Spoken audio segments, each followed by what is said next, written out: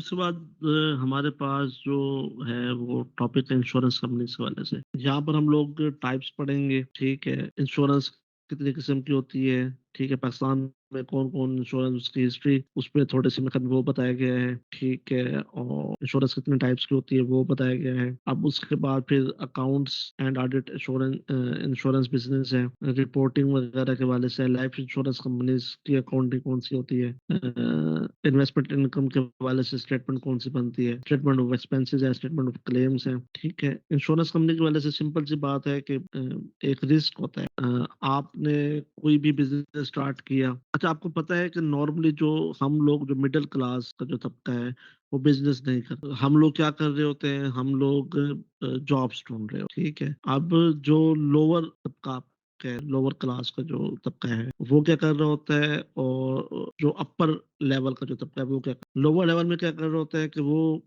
Ready लगा ली, सब्जी की दुकान ओपन कर ली, करियाने की शॉप ओपन कर ली, ठीक है। ये सारी चीजें वो कर रहे होते हैं, छोटा मोटा कोई ना कोई बिजनेस कर रहे होते हैं। इवन किसी के पास भी 10 20 15 30 40 50 हजार भी है तो क्या कर रहे होते हैं, वो दही बल्ले की रेडी लगा लेगा, वो छोटा मोटा काम कर ले। मैं कहा ठीक है जी, हम इसी में ही कुछ अच्छा। वो लोग तो ये सारा अच्छा, जो अपर लेवल है उनके पास पैसा इतना होता है कि जैसे कि हमें सबको पता है कि पैसे को पैसा खींचता है, तो वो क्या कर रहे होते हैं, उनके पास पैसा इतना ज्यादा होता है, और उनके जो पहले से ही जो उनके पेरेंट्स होते हैं या जो बड़े होते हैं, वो क्या कर रहे थे, वो बिजनेस कर रहे होते हैं, तो वो तो पैदा ही सेंस में होते हैं कि बिजनेस का माहौल कोई देख रहे होते हैं, तो उन्होंने बिजनेस ही करना होता है।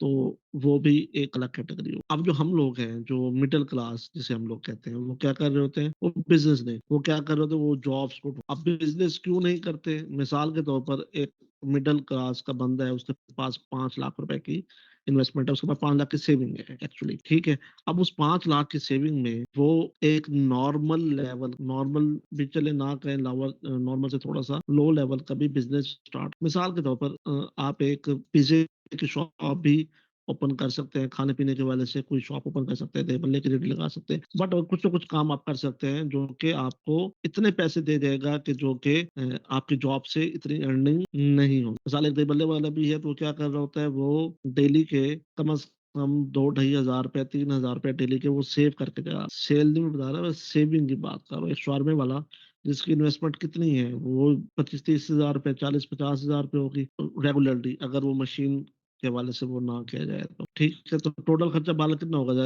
एक एक 1.25 लाख का होगा, तो वो क्या कर रहा होता है, वो भी डेली का 2 ढाई हजार रुपए 3 हजार रुपए कमा रहे होते हैं। मंथली बेसिस पर देखा जाए तो 90 हजार रुपए 70 80 90 हजार रुपए वो कमा रहे होते हैं। हम लोग जो क्या कर रहे होते हैं, हम लोग इसमें आते ही नहीं, भले किसी के पास 5 7 लाख रुपए भी क्यों नहीं है, और वो क्या कर रहे होते हैं, वो इस तरफ आते ही नहीं। उसकी वजह क्या है, उसकी वजह है कि डर हो कि अगर हमने ये पैसे लगा दिए तो पैसा डूब ना जाए, कारोबार खत्म हो जाएगा और हमें लॉस हो जाए। हमने पहले ही 20 साल लगा कर 5 लाख इकट्ठा किए, और अगर हमने इसको बिजनेस में लगा दिया तो वो खत्म हो जाए। अब इस चीज को कवर करने के लिए, इस डर खौफ, एक तो एक्सपीरियंस नहीं होता, और फिर इस डर खौफ को कवर करने के लिए जो हमारे ऊपर बड़े बैठे हैं, जिसको मैं अपर लेवल का जो मैं आपको बता रहा हूँ तबका है, वो क्या कर रहे होते हैं, वो सहारा ढूंढ रहे होते हैं कि हमें कोई एक ऐसा प्लेटफॉर्म मिल जाए कि हमारी जो इन्वेस्टमेंट है वो सेव रह जाए, हमारी इन्वेस्टमेंट को कुछ भी ना हो। तो उनको जो प्लेटफॉर्म वो मुहैया किए, वो मिल जाता है। वो किस सेंस में मिलता है, वो इंश्योरेंस फर्म की सूरत, ठीक है। अब हम लोग जो मिडिल क्लास है, वो चूंकि इंश्योरेंस करवाई नहीं होती, और फिर क्या कह रहे होते हैं, हाँ यार ये तो हराम है, फिर उस सेंस में भी हम लोग वो रह जाते हैं कि नहीं यार ये हराम है, हम तो इसको करते ही नहीं है। तो वो एक डर खौफ रह जाता है, और फिर अल्लाह वालों जो इस तरह की छोटी मोटी किसी ने इन्वेस्टमेंट की भी होती है, तो वो एक अल्लाह वालों जो इंसान है, यानी कि क्योंकि डर खौफ होता है, तो वो क्या होता है, वो वैसे ही उसको लॉस हो जाता, और फिर वो एक एग्जाम्पल के तौर पर चल रही होती है, भले ही खानदान के दादे के लेवल के तौर पर ही क्यों ना वो लॉस हुआ हो, लेकिन वो एग्जाम्पल के तौर पर चल रही होती है कि देखिए जी इन्वेस्टमेंट की थी और ये लॉस हुआ था, तो हम लोग तो ये कर ही नहीं सकते। तो ये जहन के अंदर ये बात बिठा दी जाती है। तो जो बड़े लोग होते हैं वो क्या कर रहे होते हैं, वो फिर इंश्योरेंस फर्म्स का सहारा ले रहे होते हैं। अब वो कहते हैं कि अगर हमें लॉस हो भी गया तो क्या होगा, बिजनेस है, बिज़नेस हलाल ही सेंस में है कि वो उसपे लॉस भी हो सकता है और आपको प्रॉफ़िट भी हो सकता है। ठीक, वो कहते हैं ठीक है जी, अगर हमने बिज़नेस की है, उसमें इन्वेस्टमेंट की है, लॉस हो भी गया तो क्या होगा, कोई मसला नहीं है, हम इसको दोबारा रिकवर भी कर लेंगे। और उस लॉस को चूँकि हमने पहले से इंश्योरेंस करवाई हुई होती है, तो इंश्योरेंस फर्म से भी हमें रिकवरी हो जाएगी। अब इंश्योरेंस फर्म जो हमारा टॉपिक है असल, कि वो अपनी अकाउंटिंग को किस तरीके से डील करते हैं। अब एक इंश्योरेंस कंपनी है, मिसाल जुबली है, ये ईएफयू है, ये सारे इंश्योरेंस फर्म्स हैं, ठीक है? ये अब क्या करती है, इनके पास इनकम के सोर्स क्या हैं और इनके पास एक्सपेंडिचर के ये कहाँ-कहाँ खर्च करती है, पैसे को किस तरीके से यूटिलाइज़ करती है और फिर उसके बाद इनकी ट्रांज़ैक्शन किस तरीके से होती है और फिर वो अपनी इनकम स्टेटमेंट, बैलेंस शीट्स वगैरह को किस तरीके से मेंटेन करते हैं और इंश्योरेंस का जो अकाउंट बनता है, वो किस तरीके से बनता है, हमारा ये सारा टॉपिक यही। अच्छा, जब इंश्योरेंस की जो आमदनी है, वो क्या है? एक फर्म है, या मिसाल इसको सिंपल, मैं इसको मज़ीद सिंपल लेता हूँ। लाइफ इंश्योरेंस के हवाले से हम लोग ले लेते हैं। नॉर्मली तौर पर लोग क्या कर रहे होते हैं कि ठीक है जी, जाते हैं स्टेट लाइफ में गए, उन्होंने कहा ठीक है जी, हमारी ये इंश्योरेंस कर दें, हमारी पॉलिसी कर दें। वो कहते हैं ठीक है जी, हमारे पास ये 3-4 मुख्तलिफ किस्म के वो आपको स्कीम सिखा देते हैं। हमारे पास 5 साल की भी है, 10 साल की भी है, 15 साल की भी है, 20 साल की भी है, 10,000 की भी है, 20,000 की भी है, 50,000 की भी है, 1 लाख रुपए की भी है। आप बताएँ आप कौन-सी इंश्योरेंस लेना चाहते हैं? उनके मुख्तलिफ क्राइटेरिया होते हैं, उसको छोड़ दें, वो हमारा लेंगे। अच्छा, अब जो क्लाइंट उनके पास गया है, जब वो किसी क्लाइंट के पास गए थे तो क्लाइंट ने एग्री कर लिया, ठीक है जी, मैं इंश्योरेंस करवाता हूँ। अब वो क्या करेंगे, वो कहेंगे ठीक है जी, आप एक पॉलिसी को हमारी चूज़ कर लें, जो पॉलिसी आपको अच्छी लग रही है, ठीक है? तो वो उन्होंने वो पॉलिसी ली और उसके बदले में उन्होंने उसको पैसे दे दिए, मिसाल ₹10,000 सालाना उन्होंने पे ₹10,000 के तौर पर उन्होंने पैसे उनको पे कर दिए, ठीक है? अब हर साल जैसे ही वो डेट आएगी, जब उसका साल कंप्लीट हो जाएगा, उस पर अमाउंट ड्यू हो जाएगी कि आपने इस साल की किस्त पे करनी है, ठीक है? तो वो हर साल 20 सालों तक वो अमाउंट पे करता रहेगा, ठीक है? अब 20 सालों बाद क्या होगा कि उसकी मैच्योरिटी हो, लेकिन जो पीरियड था वो मैच्योर हो गया, कंप्लीट हो गया, पीरियड मुकम्मल हो गया। अब जब मुकम्मल पीरियड हुआ तो क्या हुआ कि उसने 2 लाख रुपया फर्म को दिए थे पैसे, इंश्योरेंस कंपनी को पैसे दिए थे और उस इंश्योरेंस फर्म ने क्या किया, उसके बदले में उसको 2 लाख के बजाय 4 लाख, साढ़े 4 लाख या 5 लाख, कहते तो वो 2 लाख के बदले में 15 लाख ही हैं, लेकिन एक्चुअली में जब वो सारी उनकी कटौतियाँ आती हैं, वो भी शायद इस चैप्टर के अंदर होगा कि क्या-क्या चीज़ वो कटौती कर रहे होते हैं। तो बहरहाल वो मुख्तलिफ जस्ट लाइक ऐसे ही है जैसे बैंक के एक्सपेंसेस हमने पढ़ रहे थे, तो मुख्तलिफ किस्म के चार्जेज़ उसमें लगाए हुए होते हैं, जो कि हिडन भी नहीं होते और हिडन भी होते हैं। कभी आपने शायद कभी इंश्योरेंस पॉलिसी के हवाले से डॉक्यूमेंट्स अगर आपको पढ़ने का इत्तेफाक हो, तो इतना बारीक लिखा हुआ होता है कि वो, यानी कि नॉर्मली तौर पर तो बंदा अगर नॉर्मल तरीके से पढ़े तो वो पढ़ा ही नहीं जाएगा। उसको खुसूसी तौर पर बैठ के और पूरी तवज्जो से पढ़ना चाहें, तो फिर शायद आप उसको पढ़ पाएँ, लेकिन फिर भी समझ नहीं आ रही। वो ऐसी-ऐसी बातें उसके अंदर लिखी हुई होती हैं, वो बताते तो नहीं है, ज़ाहिर-सी बात है, जो भी इंश्योरेंस करवाने के लिए आता है, लेकिन वो बातें ऐसी लिखी हुई होती है कि वो बाद में पता चलता है कि हाँ यार, ये भी कटौती होनी थी, ये भी कटौती होनी थी, ये भी कटौती होनी थी। और फिर एट द एंड जब आप उन्हें कहते हैं कि नहीं जी यार, ये तो आपने कही ही नहीं थी, वो कहेंगे नहीं जी, मैं तो था ही नहीं। 20 साल पहले पता नहीं आपने किससे पॉलिसी ली, मुझे तो नहीं पता। ये तो एक्चुअली बात है। आप कहेंगे नहीं जी, ये डॉक्यूमेंट्स हैं। वो डॉक्यूमेंट्स के अंदर से ही वो चीज़ें आपको निकाल के दिखा दें। तो देखिए जी, ये बात यहाँ-यहाँ पर लिखी हुई है। बहरहाल वो एक अलग बहस हो जाती है। तो वो क्या करते हैं कि वो उसके बदले में वो प्रॉफ़िट के मद में वो उनको साढ़े 4 लाख, 5 लाख जितना भी उनका बनता है, वो उनको पे। अब इनकम इंश्योरेंस फर्म की क्या हुई, जो ईयरली बेसिस पर लोगों ने उसको पैसे दिए। अब इंडिविजुअल्स भी हो सकते हैं, कंपनीज़ भी हो सकती हैं, फर्म्स भी हो सकते हैं, ठीक है? ये सारे लोग क्या करते हैं, ये इनको पैसे देते हैं। अब कंपनीज़ क्या करती हैं, कंपनीज़ क्या कर रही होती हैं, मिसाल के तौर पर अगर किसी ने इम्पोर्ट करवाना है, जस्ट लाइक सीड की मैं मिसाल ले लूँ, सोयाबीन सीड है या सनफ्लावर सीड है, आपके पास ऑस्ट्रेलिया से आ रहा है, तो वो क्या करते हैं कि आपने उसकी इंश्योरेंस करवाई हुई होती है। वो मैरीन इंश्योरेंस होती है, जो कि आपकी समुद्री लेवल की जो इंश्योरेंस है, समुद्र में जितना भी पीरियड वो आपका जो माल है वो रहेगा, तो उसकी आप मैरीन इंश्योरेंस करवाते हैं। कि खुदा न खास्ता अगर माल डैमेज हो गया या शिप को कुछ हो गया या कोई चोरी वाले मामलात हो गए, तो भी क्या होती है इंश्योरेंस फर्म कौन-सी है, वो उसकी रिस्पॉन्सिबल, ठीक है। अब इंश्योरेंस फर्म्स क्या होती है, मेरे मेरे ख़्याल में यहाँ पर ये चीज़ नहीं है, लेकिन मैं वैसे आपको बता दूँ कि इंश्योरेंस फर्म क्या होती है, ये एक-दूसरे से भी अपने आप को इंश्योर्ड इन्होंने करवाया। जस्ट लाइक जुबली वाले हैं, उन्होंने किसी और को जो कि नेशनल लेवल की या इंटरनेशनल लेवल की इंश्योरेंस फर्म है, उससे अपने आप को इंश्योर्ड करवाया, ठीक है।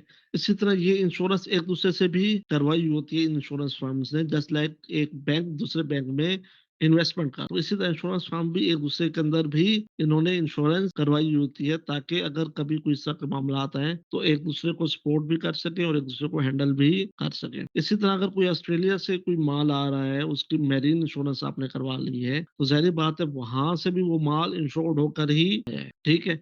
अच्छा, वो माल वहाँ से इंश्योर्ड हो गया, उसके बाद फिर क्या करते हैं, फिर वो माल यहाँ से आया और फिर उसके बाद बाय ट्रक, बाय रोड वो पोर्ट से आपके पास, मिसाल मुल्तान में, यहाँ पर मेरे पास मुल्तान में वो यहाँ पर माल पहुँच गया, सीट पहुँच। अब वो जो एक पीरियड है, पोर्ट से लेकर, पोर्ट कासिम कराची से लेकर मुल्तान तक आने का जो पीरियड है, वो भी उसकी इंश्योरेंस अलग होगी, उसका नाम अलग होगा। वो रोड इंश्योरेंस के नाम से, दूसरी इंश्योरेंस के नाम से होगी। वो इंश्योरेंस अलग, ठीक है। उसकी अलग से कंपनी पे करेगी और ज़ाहिर बात है कंपनी को ज़्यादा इस चीज़ का होता है कि हमारा माल सही तरीके से हमारे पास पहुँच जाए। उनको ये नहीं होता कि हम खुदा न ख़ास्ता माल डैमेज हो जाए और हम इंश्योरेंस फर्म से उसकी रिकवरी करते फिरें। वो तो एक लंबा चौड़ा प्रोसीजर होता है, वो भी मैं आपको अभी बता दूँ कि वो क्या होता है। ठीक है? तो वो क्या कर रहे होते हैं, वो कोशिश यही कर रहे होते हैं कि माल को सही तरीके से यहाँ पर पहुँचा दिया। अब यहाँ पर फिर डबल-डबल, ट्रिपल इंश्योरेंस हो रही होती है। क्या इंश्योरेंस हो रही होती है कि जो माल लेकर जिनका माल है एक्चुअली, जो ओनर है माल के, सीट के जो ओनर हैं, वो इंश्योरेंस करवा रहे होते हैं। इसके अलावा जो ट्रक, ट्रॉलर जिसके थ्रू वो माल आ रहा है, जिसके ऊपर सारा माल लोड होकर आ रहा होता है, वो भी अपनी इंश्योरेंस करवा रहा होता है कि अगर ट्रक के माल की वो डैमेज हो जाए, तो भी इंश्योरेंस फर्म ही उसको रिकवर करेगी। अब आप ये देखिए, फिर जब यहाँ पर आपके पास फैक्ट्री में माल पहुँच जाता है, सीट पहुँच जाता है, तो यहाँ पर भी इंश्योरेंस, तो यहाँ पर भी इस माल के अलग से इंश्योरेंस हो रही होती है। अब उस स्टॉक की भी इंश्योरेंस हो रही होगी, वहाँ से माल की भी इंश्योरेंस हो, ठीक है। अब ये सारी क्या है, ये इंश्योरेंस की अब मुख्तलिफ किस्में भी हो गई, मुख्तलिफ सूरतों के अंदर इंश्योरेंस फर्म्स ने लोगों से पैसा इकट्ठा किया और अब ये तो ज़ाहिर बात है, ये जो इस पे तो किसी पीरियड की तो ज़्यादा ज़रूरत भी नहीं पड़ती। माल आना कराची पोर्ट से यहाँ तक वो विद इन अ वीक भी पहुँच सकता है और वो इंश्योरेंस खत्म हो जाती है और उसके बदले में इंश्योरेंस फर्म को रिटर्न में कुछ भी नहीं देना, ठीक है? वो तकरीबन 70% वो माल बिल्कुल ठीक ही पहुँच जाता है, उसपे ऐसा कोई ऐसा इश्यू नहीं है। अच्छा, ये सारी मुख्तलिफ, अच्छा, लाइफ इंश्योरेंस मैंने आपको बता दी, स्टॉक इंश्योरेंस बता दी, मेरीन इंश्योरेंस बता दी, रोड इंश्योरेंस बता दी। अच्छा, और अच्छा हाँ, और ये हो सकती है कि आपकी फायर इंश्योरेंस है, आग लगने के वाले से, वो भी स्टॉक के वाले से भी हो सकती है। अच्छा, कुछ लोग अपनी कार्स की एक्सीडेंटल इंश्योरेंस जिसे आप कहते हैं, वो इंश्योरेंस करवा रहे होते हैं, कार्स हो गई या अदर व्हीकल्स वगैरह हो गए, ठीक है? तो वहाँ से भी उनको पैसा जनरेट हो जाता है इंश्योरेंस, ठीक है? अच्छा, पाकिस्तान में फिर इस चीज़ को कौन डील कर रहा होता है? एसएससीपी इसकी रेगुलेशंस कर रहा होता है, securities and exchange commission of Pakistan. अच्छा, ये जो अकाउंटिंग ट्रीटमेंट है, ये सारी उसी हिसाब से ही होंगी जिस हिसाब से आपकी, अच्छा, ये सारी वो इंट्रोडक्शन ही है जो कि मैंने आपको बता दी। मेरे ख्याल में इसमें ऐसा कोई नई बात नहीं है जो मैंने आपको ना बताई है। सिंपल ये है कि कंपनी क्या है, इंश्योरेंस क्या है, गारंटी दे रही होती है, प्रोवाइड करती है guarantee of compensation for specific loss, कि अगर किसी किस्म का कोई लॉस हो जाता है, डैमेज हो जाता है, चोरी हो जाती है, ठीक है, और कोई और इस तरह के मसले मसाइल हो जाते हैं, तो उस सूरत में वो इंश्योरेंस फर्म क्या करती है, आपको गारंटी दे रही होती है कि वो कंपनसेट करेगी। जैसे लाइक आज बहुत सारी चीजें आ रही होती है, जैसे लाइक इवन आजकल तो ये भी चल रहा है कि जो आपके बच्चों की फीसेस हैं फ्यूचर के हवाले से, तो उस पर भी लोग पहले से ही इंश्योरेंस फर्म को पैसे देना शुरू कर देते हैं कि ठीक है जी, हमारे बच्चों को की फीसेस आपने ही पे करनी। शादी की इंश्योरेंस भी हो रही है, मुख्तलिफ किस्म की है। असल चीज तो यही है कि उन्होंने कंपनसेट करना है कोई किसी भी किस्म के लॉस, ठीक है, डैमेज हुआ है या बीमारी है या डेथ हुई है, इस सेंस में भी उसको कवर अप करना। अच्छा ये इसकी हिस्ट्री है, आई डोंट थिंक सो कि हिस्ट्री करने की ज़रूरत है। बहरहाल वो बताया उन्होंने कि डोमेस्टिकली जो उनसे जब पाकिस्तान बना था उस वक़्त 5 थी, उसके बाद फिर और 77 आपके फॉरेन फर्म्स थी, उसके बाद फिर हबीब इंश्योरेंस आई, फिर एस्ट्रन फेडरल यूनियन इंश्योरेंस कंपनी बनी, फिर उसके बाद फिर ऐसा-ऐसा फिर अब तो आजकल आपके पास जो चल रही है मेन वो आपकी स्टेट लाइफ इंश्योरेंस फर्म है जो कि रेगुलराइज्ड है गवर्नमेंट से, ठीक है। ये सारा वही कुछ है, इसमें सच कोई बात नहीं है। यहाँ पर वही वाली बात है कि जो मिनिस्ट्री ऑफ कॉमर्स है वो रिस्पॉन्सिबल है कि चीज की इम्पोर्ट और एक्सपोर्ट की, ठीक है। और दोनों सूरतों में ही, चाहे इम्पोर्ट है चाहे एक्सपोर्ट है, इंश्योर्ड उसको करवाया जाता है पूरी दुनिया में, चाहे वो पूरी दुनिया में सब ऑस्ट्रेलिया कनाडा है यूरोप है, यहाँ से अगर आपके पास आ है या कोई और भी गल्फ कंपनीज है वहां से आप कोई ट्रेडिंग कर रहे हैं तो वो सारा इसी उसमें ही। अच्छा जी, लाइफ इंश्योरेंस के वाले से मैंने आपको बता दिया है कि 20 साल की या 10 साल की ये इनका एक्सपायरी पीरियड भी होता है, या फिर डेथ, जो चीज पहले हो जाए। जो एक्सपायरी पीरियड होता है वो पहले मेच्योर हो जाए या फिर बंदे की डेथ हो, ठीक है। डेथ हो गई तो समझो मामला खत्म हो गया, अब उसने आगे भी पैसे नहीं बढ़ने, और फिर जो मेच्योरिटी पर जो उसको पैसे मिलने होते हैं वो उसको पहले ही मिल जाते हैं, जो भी उसके नॉमिनीज होते हैं, जो भी उसके नॉमिनीज हो। जिला रह गया तो जो भी उसका मेच्योरिटी पीरियड है उस पे वो खुद उसको रिसीव कर लेगा, अदरवाइज जो उसके नॉमिनीज हैं उनको पैसे मिलेंगे, ठीक है। उसमें फिर होल लाइफ भी है, लिमिटेड पेमेंट पॉलिसी है, इंडोमेंट है, ग्रुप लाइफ इंश्योरेंस है, टर्म इंश्योरेंस है, जनरल इंश्योरेंस कौन कौन से आपके मेरीन इंश्योरेंस है। मेरीन इंश्योरेंस मैंने आपको बता दी कि जो बाय सी बाय मेरीन आपका कोई भी माल आ रहा है या जा रहा है और उसमें अगर किसी किस्म का कोई लॉस होता है तो वो मेरीन इंश्योरेंस में आएगा। फायर इंश्योरेंस अगर आपका कोई आग वगैरह के हवाले से कोई आग लग जाती है, लेकिन उस एरिया के अंदर जिस एरिया को आपने इंश्योर्ड करवा, ऐसा ना हो जिस एरिया को आपने इंश्योर्ड ना करवाया हो वहां पर आग लग जाए तो आप कहेंगे कि हमें इसका भी क्लेम दें, हमने फायर इंश्योरेंस तो करवाई हुई है, ठीक है। तो इंश्योरेंस फर्म कभी भी उसका क्लेम नहीं देगी, ठीक है। तो वो एक स्पेसिफिक पीरियड भी उस पर डिफाइन होता है कि ये 2 महीने के लिए, 4 महीने के लिए, 6 महीने के लिए, साल के लिए। अच्छा उस पर जो रेट है फिर उस हिसाब से ही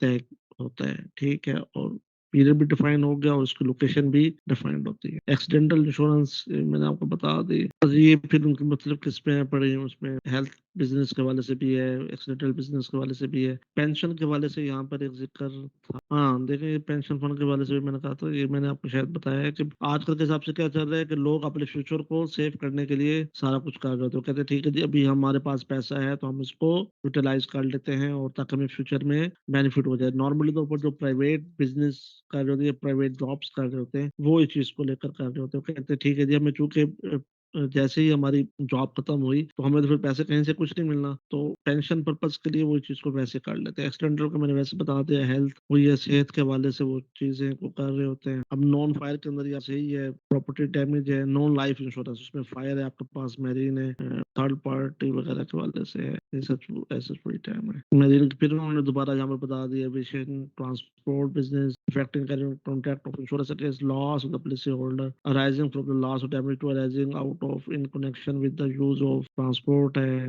मोटर व्हीकल है, रेलवे है, ये सारे इनके थ्रू में अगर हो जाते हैं तो ये सारे मैंने आपको बता दिए। अच्छा अच्छा अच्छा, क्या बात है। हाँ एग्रीकल्चर की मैंने नहीं बताई। एग्रीकल्चर क्या है, एग्रीकल्चर आपको पता है कि अगर कोई ज़राअत के हवाले से भी लोग क्या कर रहे हैं आजकल, अपनी जो जमीन है एग्रीकल्चर के हवाले से उसको भी वो इंश्योर करवा रहे हैं कि अगर उसमें किसी किस्म का कोई डैमेज आ जाता है तो उसको वो डैमेज को इंश्योरेंस फर्म रिकवर करेगी।